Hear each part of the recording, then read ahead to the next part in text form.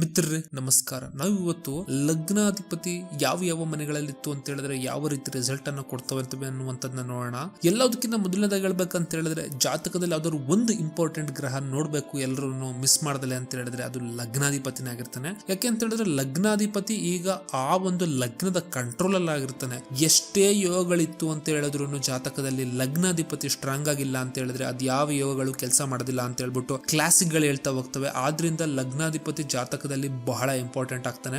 ಲಗ್ನಾಧಿಪತಿ ಏನನ್ನ ಸೂಚಿಸ್ತಾನೆ ಅಂತ ನೋಡೋದಾಯ್ತು ಅಂತ ಹೇಳಿದ್ರೆ ಹೆಲ್ತ್ ಅನ್ನ ಸೂಚಿಸ್ತಾನೆ, ಇಂಟೆಲಿಜೆನ್ಸ್ ಅನ್ನ ತೋರಿಸ್ತಾನೆ, ಡಿಸಿಷನ್ ಮೇಕಿಂಗ್ ಕೆಪಾಸಿಟಿಯನ್ನ ತೋರಿಸ್ತಾನೆ ಮತ್ತು ಒಬ್ಬ ವ್ಯಕ್ತಿ ಲೈಫ್ ಅಲ್ಲಿ ಯಾವ ಕಡೆ ಫೋಕಸ್ ಮಾಡ್ತಾನೆ ತನ್ನ ಎನರ್ಜಿಯನ್ನ ಅನ್ನುವಂಥದ್ದನ್ನು ಕೂಡ ತೋರಿಸ್ತಾನೆ ಮತ್ತು ಒಬ್ಬ ವ್ಯಕ್ತಿ ಯಾವ ರೀತಿ ಫೇಮ್ ಅನ್ನ ಲೈಫ್ ಅಲ್ಲಿ ಪಡಿತಾನೆ ಅಂತ ತೋರಿಸ್ತಾ ಹೋಗ್ತಾನೆ. ಇದ್ರೆ ಏನಕ್ಕೆ ಲಗ್ನಾಧಿಪತಿ ಇಷ್ಟೊಂದೆಲ್ಲ ಸಿಗ್ನಿಫಿಕೇಶನ್ ಮಾಡ್ತಾನೆ ಅಂತ ಹೇಳಿದ್ರೆ ನೀವು ನ್ಯಾಚುರಲ್ ಝೋಡಿಯಾಕ್ ಅಂದ್ರೆ ನೈಸರ್ಗಿಕ ಕುಂಡಲಿಯಲ್ಲಿ ನೋಡ್ತು ಅಂತ ಹೇಳಿದ್ರೆ ಕುಜ ಲಗ್ನಾಧಿಪತಿ ಆಗ್ತಾನೆ. ಕುಜ ಏನನ್ನ ತೋರಿಸ್ತಾನೆ? ಫಿಸಿಕಲ್ ಸ್ಟ್ರೆಂತ್ ಅನ್ನ ತೋರಿಸ್ತಾನೆ, ಸ್ಟಾಮಿನಾವನ್ನ ತೋರಿಸ್ತಾನೆ, ವಿಲ್ ಪವರ್ ಅನ್ನ ತೋರಿಸ್ತಾನೆ, ಡಿಟರ್ಮಿನೇಷನ್ ಅನ್ನ ತೋರಿಸ್ತಾನೆ. ಮತ್ತು ಅದು ಅಲ್ಲದೆ ಕುಜನಿಗೆ ಇನ್ನೊಂದು ಮಖ ಇರುತ್ತೆ. ಅದೇನಂತ ಹೇಳಿದ್ರೆ ಕುಜ ನ್ಯಾಚುರಲ್ ಝೋಡಿಯಾಕ್ ಅಲ್ಲಿ ಮೊದಲನೇ ಮನೆ ಮತ್ತು 8ನೇ ಮನೆಯ ರೂಲರ್ ಕೂಡ ಆಗಿರೋದ್ರಿಂದ 8ನೇ ಮನೆಯ ಡಿಸ್ಟ್ರಕ್ಟಿವ್ ಎನರ್ಜಿನೂ ಕೂಡ ಇನ್ ಜನರಲ್ ಆಗಿ ಲಗ್ನಾಧಿಪತಿ ಕ್ಯಾರಿ ಮಾಡೋದ್ರಿಂದ ಅದಕ್ಕೆ ಕ್ಲಾಸಿಕ್ ಅಲ್ಲಿ ಒಂದು ಡಿಕ್ಟಿಮ್ ಬರುತ್ತೆ. ಅದೇನಂತ ಹೇಳಿದ್ರೆ ಲಗ್ನಾಧಿಪತಿ 5ನೇ ಮನೆಯಲ್ಲಿ ಕುಳಿತುಕೊಂತು ಅಂತ ಹೇಳಿದ್ರೆ ಅದು 5ನೇ ಮನೆ ಮಕ್ಕಳನ್ನ ರೆಪ್ರೆಸೆಂಟ್ ಮಾಡೋದ್ರಿಂದ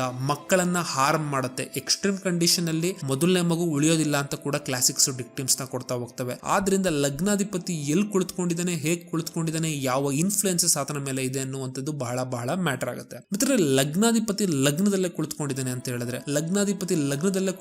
ಅಂತ ಹೇಳಿದ್ರೆ ಸೂರ್ಯ ಚಂದ್ರರನ್ನ ಹೊರತುಪಡಿಸಿ ಇನ್ನೆಲ್ಲಾ ಲಗ್ನಗಳಿಗೂ ಇದು ಪಂಚಮಹಾಪುರುಷ ಯೋಗವನ್ನ ಕ್ರಿಯೇಟ್ ಮಾಡುತ್ತೆ. ಅದರಲ್ಲೂ ಎಸ್ಪೆಷಲಿ ಗುರು ಮತ್ತು ಬುಧನ ಲಗ್ನಗಳು ಪವರ್ಫುಲ್ ಆದ ಪಂಚಮಹಾಪುರುಷ ಯೋಗ ಕ್ರಿಯೇಟ್ ಮಾಡುತ್ತೆ. ಯಾಕೆ ಅಂತ ಹೇಳಿದ್ರೆ ಈ ಎರಡು ಗ್ರಹಗಳು ಲಗ್ನದಲ್ಲಿ ದಿಗ್ಬಲಿಯನ್ನ ಹೊಂದೋದ್ರಿಂದ ಯೂಶುವಲ್ ಆಗಿ ಲಗ್ನಾಧಿಪತಿ ಲಗ್ನದಲ್ಲಿತ್ತು ಅಂತ ಹೇಳಿದ್ರೆ ಅವ್ರಿಗೆ ಫ್ಯಾಂಟಾಸ್ಟಿಕ್ ಹೆಲ್ತ್ ಅಂತ ಇರುತ್ತೆ ಮತ್ತು ಡಿಸಿಷನ್ ಮೇಕಿಂಗ್ ಕೆಪಾಸಿಟಿ ಅಂತ ತುಂಬಾ ಚೆನ್ನಾಗಿರ್ತದೆ ಮತ್ತು ಬಾಡಿಯಲ್ಲಿ ಪ್ಯಾಷನ್ ಅನ್ನುವಂಥದ್ದು ಇವ್ರಿಗೆ ಜಾಸ್ತಿ ಇರುತ್ತೆ. ಎಸ್ಪೆಷಲಿ ಇವರ ಅಪಿಯರೆನ್ಸ್ಗೆನೆ ಫೇಮಸ್ ಆಗ್ತಾರೆ. ಹೇಗೆ ಕಾಣ್ತಾ ಇದಾರಲ್ಲ, ಇಷ್ಟು ಚೆನ್ನಾಗಿದಾರಲ್ಲ, ಈ ರೀತಿಯಾದಂತಹ ಒಂದು ಅಪಿಯರೆನ್ಸ್ಗೆ ಇವರು ಫೇಮಸ್ ಆಗಿರ್ತಾರೆ. ಮತ್ತು ಒಂದೊಂದು ರೀತಿಯಾದಂತಹ ಗ್ರಹ ಒಂದೊಂದು ರೀತಿಯಾದಂತಹ ಕ್ವಾಲಿಟಿಯನ್ನು ಕೊಡುತ್ತೆ. ಉದಾಹರಣೆಗೆ ಬುಧ ಲಗ್ನಾಧಿಪತಿಯಾಗಿ ಲಗ್ನದಲ್ಲೇ ಇತ್ತು ಅಂತ ಹೇಳಿದ್ರೆ ಫ್ಯಾಂಟಾಸ್ಟಿಕ್ ಕ್ಯಾಲ್ಕುಲೇಟಿವ್ ಎಬಿಲಿಟಿಯನ್ನ ಕೊಡ್ತಾನೆ ಮತ್ತು ಬುಧ ತುಂಬಾ ಹ್ಯಾಂಡ್ಸಮ್ ಅಂತ ಕರೆಸ್ಕೊಳ್ಳೋದ್ರಿಂದ ಇಂತಹ ವ್ಯಕ್ತಿಗಳು ಹ್ಯಾಂಡ್ಸಮ್ ಆಗಿರ್ತಾರೆ.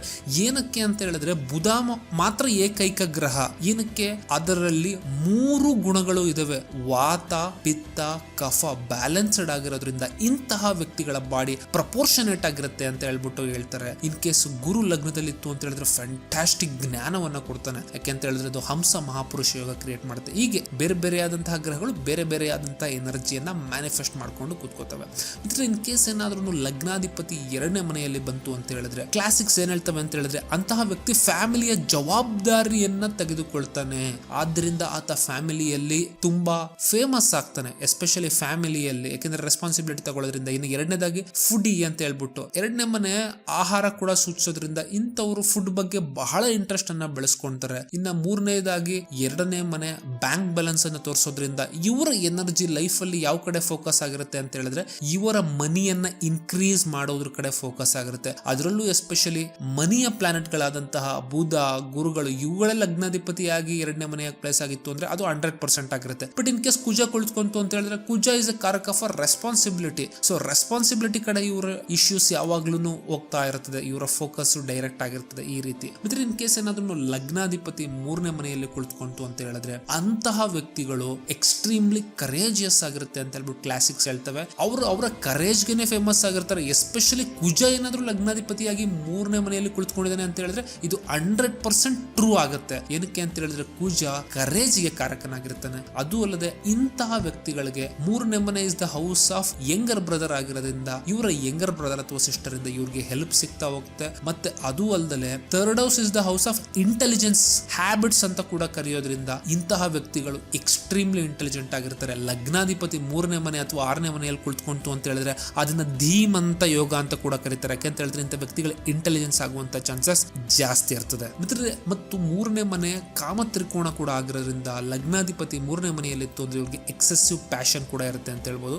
ಇನ್ನ ಲಗ್ನಾಧಿಪತಿ ಏನಾದ್ರೂ 4ನೇ ಮನೆಯಲ್ಲಿ ಇತ್ತು ಅಂತ ಹೇಳಿದ್ರೆ 4ನೇ ಮನೆ is the house of comforts, vehicles, land, mother mother ಅಂತ ಹೇಳಿ. ಸೊ ಇಂಥವ್ರಿಗೆ ಇವರ ತಾಯಿಯಿಂದ ಪ್ರಾಪರ್ಟಿ ಗೈನ್ ಆಗುವಂತಹ ಚಾನ್ಸಸ್ ಜಾಸ್ತಿ ಇರುತ್ತೆ ಮತ್ತು ಲೈಫ್ ಅಲ್ಲಿ ಬಹಳ ಕಂಫರ್ಟ್ ಸಿಕ್ಕಿಂಗ್ ಆಗಿರ್ತಾರೆ. ಯಾಕೆ ಅಂತ ಹೇಳಿದ್ರೆ ಇವರ ಒಂದು ಲೈಫಿನ ಸ್ಪಿಯರ್ ಆಫ್ ಇನ್ಫ್ಲೂಯೆನ್ಸಸ್ ಎಲ್ಲಿ ಹೋಗಿದೆ ಅಂತ ಹೇಳಿದ್ರೆ ಕಂಫರ್ಟ್ ಮನೆಯಲ್ಲಿರೋದ್ರಿಂದ ಯಾವಾಗ್ಲೂ ನಾನ್ ಕಂಫರ್ಟಬಲ್ ಆಗಿದ್ರೆ ಸಾಕು ಅನ್ನುವಂತಹ ಆಟಿಟ್ಯೂಡ್ ಇರ್ತದೆ. ಮತ್ತು ನಾಲ್ಕನೇ ಮನೆ ನಮ್ಮ ಮೊರಾಲಿಟಿಯನ್ನು ತಕ್ಕ ಮಟ್ಟಿಗೆ ಕೂಡ ಸೂಚಿಸೋದ್ರಿಂದ ಇಲ್ಲೇನಾದ್ರೂ ಲಗ್ನಾಧಿಪತಿ ಅಫ್ಲಿಕ್ಟ್ ಆಗಿತ್ತು ಅಂತ ಹೇಳಿದ್ರೆ ಅಂತಹ ವ್ಯಕ್ತಿಗಳಿಗೆ ವೀಕ್ ಮಾರಲ್ಸ್ ಅನ್ನುವಂಥದ್ದು ಇರ್ತದೆ. ಮತ್ತು ಯೂಶಲಿ ಇವರ ಹೋಮ್ ಲ್ಯಾಂಡ್, ನಾಲ್ಕನೇ ಮನೆ is the house of native home land ಅಂತ ಕರೀತಾರೆ, ಅಲ್ಲಿ ಫೇಮಸ್ ಆಗುವಂತಹ ಚಾನ್ಸಸ್ ಜಾಸ್ತಿ ಇರುತ್ತೆ. ಮಿತ್ರ, ಇನ್ ಕೇಸ್ ಏನಾದ್ರೂ ಲಗ್ನಾಧಿಪತಿ 5ನೇ ಮನೆಯಲ್ಲಿ ಕುಳಿತುಕೊಂತು ಅಂತ ಹೇಳಿದ್ರೆ ಅಂತಹ ವ್ಯಕ್ತಿಗಳು ಯೂಶಲಿ ಲೈಫ್ ಅಲ್ಲಿ ಒಳ್ಳೆಯ ಪ್ಲೇಸ್ ಗೆ ರೀಚ್ ಆಗ್ತವೆ. ಕ್ಲಾಸಿಕ್ಸ್ ಏನಂತ ಕರಿತವೆ ಅಂತ ಹೇಳಿದ್ರೆ ಡಿಯರ್ ಟು ಕಿಂಗ್ ಅಂತ ಕರೀತಾರೆ. ಕಿಂಗಿಗೆ ಹತ್ರವಾಗಿರೋರು ಯಾರು? ಅವನ ಮಿನಿಸ್ಟರ್ಸ್ ಗಳು. 5ನೇ ಮನೆ is the house of power ಆಗಿರೋದ್ರಿಂದ, ಅಥಾರಿಟಿ ಆಗಿರೋದ್ರಿಂದ ಇಂಥವ್ರು ಯೂಶಲಿ ಲೈಫ್ ಅಲ್ಲಿ ಪವರ್ ಅಂಡ್ ಅಥಾರಿಟಿಗೆ ರೀಚ್ ಆಗುವಂತಹ ಚಾನ್ಸಸ್ ಜಾಸ್ತಿ ಇರುತ್ತೆ. ಕ್ಲಿಯರ್, ನಾನು ಆಗ್ಲೇ ಹೇಳ್ದಂಗೆ ಲಗ್ನಾಧಿಪತಿ ಹತ್ರ ಒಂದು ಡಿಸ್ಟ್ರಕ್ಟಿವ್ ಎನರ್ಜಿ ಕೂಡ ಇರುತ್ತೆ ಅಂತ ಹೇಳಿ. ಇನ್ ಕೇಸ್ ಏನಾದ್ರೂ ಲಗ್ನಾಧಿಪತಿ ಮ್ಯಾಲಿಫಿಕ್ ಗಳಾದಂತಹ ಕುಜ ಮತ್ತು ಶನಿ ಇವ್ರುಗಳಾಗಿತ್ತು ಅಂತ ಹೇಳಿದ್ರೆ ಅಲ್ಲಿರುವಂತಹ ಲಿವಿಂಗ್ ಬೀಯಿಂಗ್ ಅಂದ್ರೇನು? ಮಕ್ಕಳನ್ನ ಆರ್ಮ್ ಮಾಡ್ತವೆ. ಎಕ್ಸ್ಟ್ರೀಮ್ ಕೇಸಸ್ ಅಲ್ಲಂತೂ ಮೊದಲನೇ ಮಗು ಸಾಯುವಂತಹ ಚಾನ್ಸಸ್ ಇರುತ್ತೆ ಅಂತ ಹೇಳ್ಬಿಟ್ಟು ಕ್ಲಾಸಿಕ್ ಗಳು ಮೆನ್ಷನ್ ಮಾಡ್ತವೆ. ಸೊ ಇದು ಲಗ್ನಾಧಿಪತಿಯ ನೆಗೆಟಿವ್ ಫೇಸ್ ಕೂಡ ಆಗಿರ್ತದೆ. ಮತ್ತು ಲಗ್ನಾಧಿಪತಿಯಲ್ಲಿ ಒಂದು ಫೈರಿ ಎನರ್ಜಿ ಕೂಡ ಇರೋದ್ರಿಂದ 5ನೇ ಮನೆ ಮಂತ್ರ ಭಾವ ಕೂಡ ಆಗಿರೋದ್ರಿಂದ ಇಂಥವ್ರಿಗೆ ಆ ಮಂತ್ರದ ಡಿಟಿ ಏನಿರುತ್ತೆ, ದೇವತೆ ಏನಿರುತ್ತೆ, ಗ್ರಹದ ದೇವತೆ ಬ್ಲೆಸ್ಸಿಂಗ್ ಕೂಡ ಇರುತ್ತೆ ಅಂತ ಹೇಳ್ಬೋದು. ಅದರಿಂದ ಇವ್ರಿಗೆ ಒಳ್ಳೆಯ ನಾಲೆಡ್ಜ್ ಅನ್ನುವಂಥದ್ದು ಇರ್ತದೆ. ಮಿತ್ರ, ಇನ್ ಕೇಸ್ ಏನಾದ್ರೂ ಲಗ್ನಾಧಿಪತಿ 6ನೇ ಮನೆಯಲ್ಲಿ ಕುಳಿತುಕೊಂತು ಅಂತ ಹೇಳಿದ್ರೆ 6ನೇ ಮನೆ ಇಸ್ ದ ಹೌಸ್ ಆಫ್ ದುಷ್ಟಾನ. ಬಟ್ ಇಲ್ಲಿ ಒಂದು ಕಂಡೀಷನ್ ಏನಂತ ಹೇಳಿದ್ರೆ ಲಗ್ನಾಧಿಪತಿಯ ಮೇಲೆ ಶುಭ ಗ್ರಹಗಳ ಇನ್ಫ್ಲುಯೆನ್ಸ್ ಅನ್ನುವಂಥದ್ದು ಬೇಕಾಗ್ತಾ ಹೋಗುತ್ತೆ. ಇಲ್ಲ ಅಂತ ಹೇಳಿದ್ರೆ 6ನೇ ಮನೆ ಡೆಬ್ಟ್ಸ್ ಡಿಸೀಸ್ ಅನ್ನು ತೋರಿಸೋದ್ರಿಂದ ಇಂತಹ ವ್ಯಕ್ತಿಗಳಿಗೆ ಡಿಸೀಸಸ್ ಗಳು ಉಂಟಾಗುವಂತದ್ದು, ಡೆಬ್ಟ್ಸ್ ಗಳು ಅಂದ್ರೆ ಸಾಲ, ಋಣ, ಇವುಗಳನ್ನ ತೀರ್ಸೋದ್ರಲ್ಲೇನೆ ಇವರ ಲೈಫ್ ಆಲ್ಮೋಸ್ಟ್ ಸ್ಪೆಂಡ್ ಆಗ್ತಾ ಹೋಗುತ್ತೆ. ಬಟ್ ಲಗ್ನಾಧಿಪತಿಗೆ ಅಗೇನ್ ನಾನು ಆಗ್ಲೇ ಹೇಳ್ದಂಗೆ ಡಿಸ್ಟ್ರಕ್ಟಿವ್ ಎನರ್ಜಿ ಇರೋದ್ರಿಂದ ಇನ್ ಕೇಸ್ ಲಗ್ನಾಧಿಪತಿ ಮ್ಯಾಲಿಫಿಕ್ ಗಳಾಗಿತ್ತು ಅಂತ ಹೇಳಿದ್ರೆ 6ನೇ ಮನೆಯ ಸಿಗ್ನಿಫಿಕೇಶನ್ ಆದಂತಹ ಎನಿಮಿ ವಿತ್ ಒಂದೇ ಒಂದು ಬೆನಿಫಿಕ್ ಹೆಲ್ಪ್ ಸಿಕ್ತು ಅಂತ ಹೇಳಿದ್ರು 6ನೇ ಮನೆಯಲ್ಲಿ ಉಟ್ಕೊಂಡಂತಹ ಎನಿಮಿಗಳನ್ನ ಇವರು ಡೆಸ್ಟ್ರಾಯ್ ಮಾಡ್ತಾ ಹೋಗ್ತಾರೆ. ಮತ್ತೆ ಅಗೇನ್ ಆಗ್ಲೇ ಹೇಳಿದಾಗೆ ಇದು ಧೀಮಂತ ಯೋಗ ಕೂಡ ಆಗಿರೋದ್ರಿಂದ ಇವ್ರಿಗೆ 6ನೇ ಮನೆಯಲ್ಲಿ ಲಗ್ನಾಧಿಪತಿ ಇತ್ತು ಅಂತ ಹೇಳಿದ್ರೆ ಒಳ್ಳೆ ಇಂಟೆಲಿಜೆನ್ಸ್ ಮತ್ತು ಕರೇಜ್ ಅನ್ನುವಂಥದ್ದು ಕೂಡ ಇವರಿಗೆ ಇರ್ತದೆ. ಮತ್ತು ಇದರಿಂದ ಇವರು ವೆಲ್ತ್ ಅನ್ನು ಆಕ್ಯುಪೈ ಕೂಡ ಮಾಡ್ಕೊಳ್ಳುವಂತಹ ಚಾನ್ಸಸ್ ಜಾಸ್ತಿ ಇರುತ್ತೆ. ಆದ್ರೆ ಇದು ಇವರ ಪಾರ್ಟ್ನರ್ ಗೆ ಹಾರ್ಮ್ ಮಾಡುತ್ತೆ, ಅಂದ್ರೆ ಲೈಫ್ ಪಾರ್ಟ್ನರ್ ಗೆ. ಏನಕ್ಕೆ ಅಂತ ಹೇಳಿದ್ರೆ 7ನೇ ಮನೆ ಲೈಫ್ ಪಾರ್ಟ್ನರ್ ಆಯ್ತು ಅಂತ ಹೇಳಿದ್ರೆ ಅಲ್ಲಿಂದ 12ನೇ ಮನೆ 6ನೇ ಮನೆ ಆಗುತ್ತೆ. 12ನೇ ಮನೆ ಏನು? House of losses. So it is the loss of partner ಅಂತ ಹೇಳ್ಬಿಟ್ಟು ಕ್ಲಾಸಿಕ್ಸ್ ಗಳು ಮೆನ್ಷನ್ ಮಾಡ್ತಾ ಹೋಗ್ತವೆ. ಮಿತ್ರ, ಕೇಸ್ ಏನಾದ್ರೂ ಲಗ್ನಾಧಿಪತಿ 7ನೇ ಮನೆಯಲ್ಲಿತ್ತು ಅಂತ ಹೇಳಿದ್ರೆ ಇದು ಬಹಳ ಸೆನ್ಸಿಟಿವ್ ಆಗಿರುತ್ತೆ. ಏನಕ್ಕೆ ಅಂತ ಹೇಳಿದ್ರೆ ಲಗ್ನಾಧಿಪತಿ ಆಗ್ಲೇ ಹೇಳ್ದಂಗೆ ಡಿಸ್ಟ್ರಕ್ಟಿವ್ ಎನರ್ಜಿಯನ್ನ ಕ್ಯಾರಿ ಮಾಡ್ಕೊಂಡು ಆತ 7ನೇ ಮನೆ is the house of your partner, ಅಂದ್ರೆ ನಿಮ್ಮ ಸ್ಪೌಸಿನ ಮನೆ ಆಗಿರ್ತದೆ. ಅಲ್ಲಿ ಬಂದು ಕುಳಿತುಕೊಂಡ ಅಂತ ಹೇಳಿದ್ರೆ ನಿಮ್ಮ ಲೈಫ್ ಪಾರ್ಟ್ನರ್ ನ ಹೆಲ್ತ್ ಅನ್ನ ಈತ ಅಫ್ಲಿಕ್ಟ್ ಮಾಡುವಂತಹ ಚಾನ್ಸಸ್ ಜಾಸ್ತಿ ಇರುತ್ತೆ. ಮತ್ತು 7th ಹೌಸ್ ಫಾರಿನ್ ಲ್ಯಾಂಡ್ ಅನ್ನು ಕೂಡ ತೋರಿಸೋದ್ರಿಂದ ಇಂಥವ್ರು ಯೂಶಲಿ ಫಾರಿನ್ ಅಲ್ಲಿ ಸೆಟ್ಲ್ ಆಗುವಂತಹ ಚಾನ್ಸಸ್ ಜಾಸ್ತಿ ಇರುತ್ತೆ. ಕೇಂದ್ರಾಧಿಪತಿ ಕೇಂದ್ರದಲ್ಲೇ ಕುಳಿತುಕೊಂಡು ಲಗ್ನವನ್ನ ನೋಡೋದ್ರಿಂದ ಇವ್ರಿಗೆ ಪರ್ಸನಲಿ ಬೆನಿಫಿಟ್ ಆಗುತ್ತೆ. ಬಟ್ 7th ಹೌಸ್ ಅಲ್ಲಿ ಯಾರು ಬರ್ತಾರೆ? ಬಿಸ್ನೆಸ್ ಪಾರ್ಟ್ನರ್ ಮತ್ತು ಅವರ ಲೈಫ್ ಪಾರ್ಟ್ನರ್ಗಳು ಆಗಿರೋದ್ರಿಂದ ಅಂತವ್ರಿಗೆ ಬಹಳ ಪ್ರಾಬ್ಲಮ್ ಅನ್ನ ಕ್ರಿಯೇಟ್ ಮಾಡುತ್ತೆ. ಬಟ್ ಇವ್ರಿಗೆ ಲಗ್ನಕ್ಕೆ ಆಸ್ಪೆಕ್ಟ್ ಇರೋದ್ರಿಂದ ಇವರು ಪವರ್ಫುಲ್ ಮತ್ತು ಇನ್ಫ್ಲೂಯೆನ್ಸ್ ಆಗಿರ್ತಾರೆ.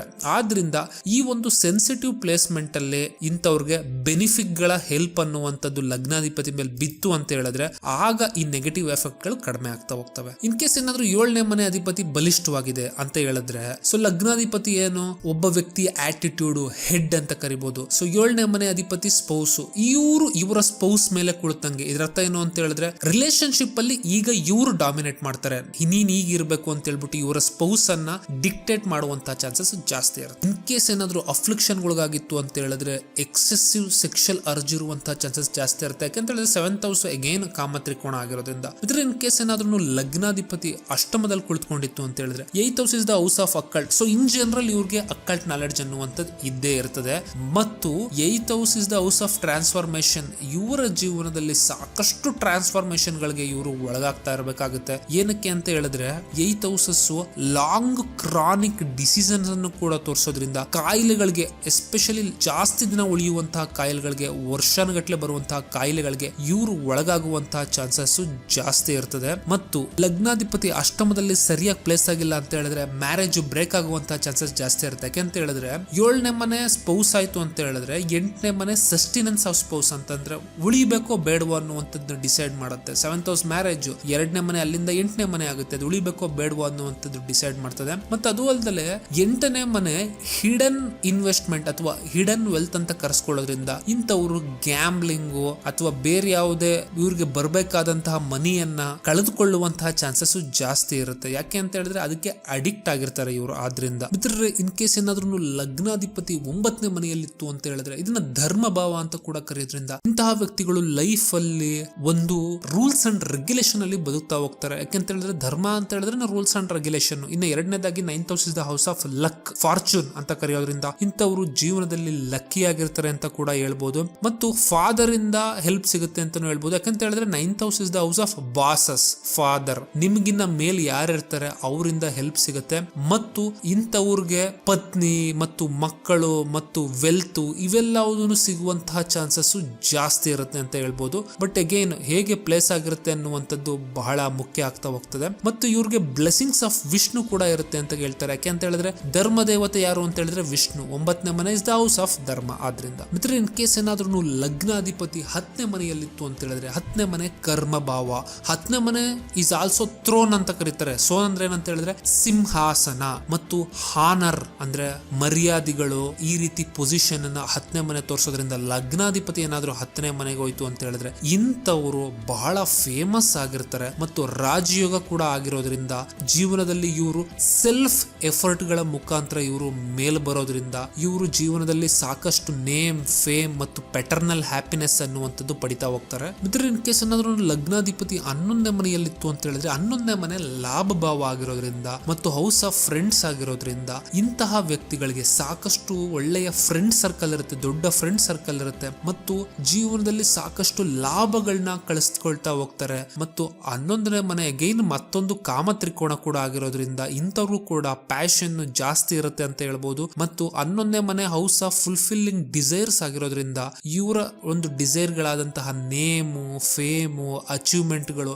ಇವೆಲ್ಲವನ್ನು ಇವರು ಪಡ್ಕೊಳ್ತಾ ಹೋಗ್ತಾರೆ. ಮಿತ್ರ, ಇನ್ ಕೇಸ್ ಏನಾದ್ರೂ ಲಗ್ನಾಧಿಪತಿ 12ನೇ ಮನೆಯಲ್ಲಿ ಕುಳಿತುಕೊಂಡಿತ್ತು ಅಂತ ಹೇಳಿದ್ರೆ ಇಟ್ಸ್ ಹೌಸ್ ಆಫ್ ಲಾಸ್. 12ನೇ ಮನೆಯಲ್ಲಿ ಲಗ್ನಾಧಿಪತಿ ಕುಳಿತುಕೊಂಡಿತ್ತು ಅಂತ ಹೇಳಿದ್ರೆ ಹೆಲ್ತ್ ಲಾಸ್ ಅಂತ ಹೇಳ್ಬೋದು. ಬಟ್ ಒಳ್ಳೆ ಬೆನಿಫಿಕ್ ಇನ್ಫ್ಲೂಯೆನ್ಸಸ್ ಇತ್ತು ಅಂತ ಹೇಳಿದ್ರೆ ಅಂತವರು ಬೇಗ ರಿಕವರಿ ಆಗುವಂತಹ ಚಾನ್ಸಸ್ ಜಾಸ್ತಿ ಇರುತ್ತೆ. ಮತ್ತು ಲಗ್ನಾಧಿಪತಿ ಎಫರ್ಟ್ಸ್ ಅನ್ನು ಕೂಡ ತೋರಿಸೋದ್ರಿಂದ ಇವರ ಎಫರ್ಟ್ಸ್ ಕೆಲವು ಸತಿ ವೇಸ್ಟ್ ಆಗುವಂತಹ ಚಾನ್ಸಸ್ ಕೂಡ ಜಾಸ್ತಿ ಇರ್ತದೆ. ಮತ್ತು 12ನೇ ಮನೆ is the house of charity ಕೂಡ ಆಗಿರೋದ್ರಿಂದ ಇಂತಹ ವ್ಯಕ್ತಿಗಳು ಜೀವನದಲ್ಲಿ ಖಂಡಿತ ಚಾರಿಟಿಯನ್ನು ಮಾಡ್ತಾರೆ ಮತ್ತು ಯೂಶಲಿ ಕೊಟ್ಟು ಬಿಡ್ತಾರೆ. ಯಾರಾದ್ರೂ ಇವ್ರಿಗೆ ಏನಾದ್ರೂ ಅದು ಬೇಕು ಇದು ಬೇಕು ಅಂತ ಕೇಳಿದ್ರೆ ಇವರು ಬೇಗ ಕೊಟ್ಟು ಬಿಡ್ತಾರೆ. ಮತ್ತು ಕಾಮ್ ಅಂಡ್ ಕಂಪೋಸ್ಡ್ ಆಗಿ ಕೂಡ ಇವರು ಇರುವಂತ ಚಾನ್ಸಸ್ ಜಾಸ್ತಿ ಇರುತ್ತೆ. ಯಾಕೆ ಅಂತ ಹೇಳಿದ್ರೆ ಇದು ಗುರುವಿನ ನ್ಯಾಚುರಲ್ ಭಾವ ಆಗಿರುತ್ತೆ. ಆದ್ರಿಂದ ಮತ್ತು ಇವ್ರುಗಳಿಗೆ ಒಂದು out of the world happiness ಅಂತ ಏನ್ ಕರಿತೀವಿ, ಬ್ಲೆಸ್ಸಿಂಗ್ ಅಂತ ಏನ್ ಕರಿತೀವಿ, ಅದಿದ್ದೇ ಇರುತ್ತೆ. ಯಾಕೆ ಅಂತ ಹೇಳಿದ್ರೆ 12ನೇ ಮನೆ ಏನನ್ನ ರೆಪ್ರೆಸೆಂಟ್ ಮಾಡ್ತದೆ ಅಂತ ಹೇಳಿದ್ರೆ ಪಿತೃಗಳನ್ನ, ಅಂದ್ರೆ ನಿಮ್ಮ ಫ್ಯಾಮಿಲಿಯಲ್ಲಿ ಆಲ್ರೆಡಿ ನಿಮ್ಮನ್ನ ಬಿಟ್ಟು ಸ್ವರ್ಗಸ್ಥರಾದ್ರು ಅಂತ ಹೇಳ್ತೀವಲ್ಲ ಅವ್ರನ್ನ ರೆಪ್ರೆಸೆಂಟ್ ಮಾಡೋದ್ರಿಂದ ಒಂದು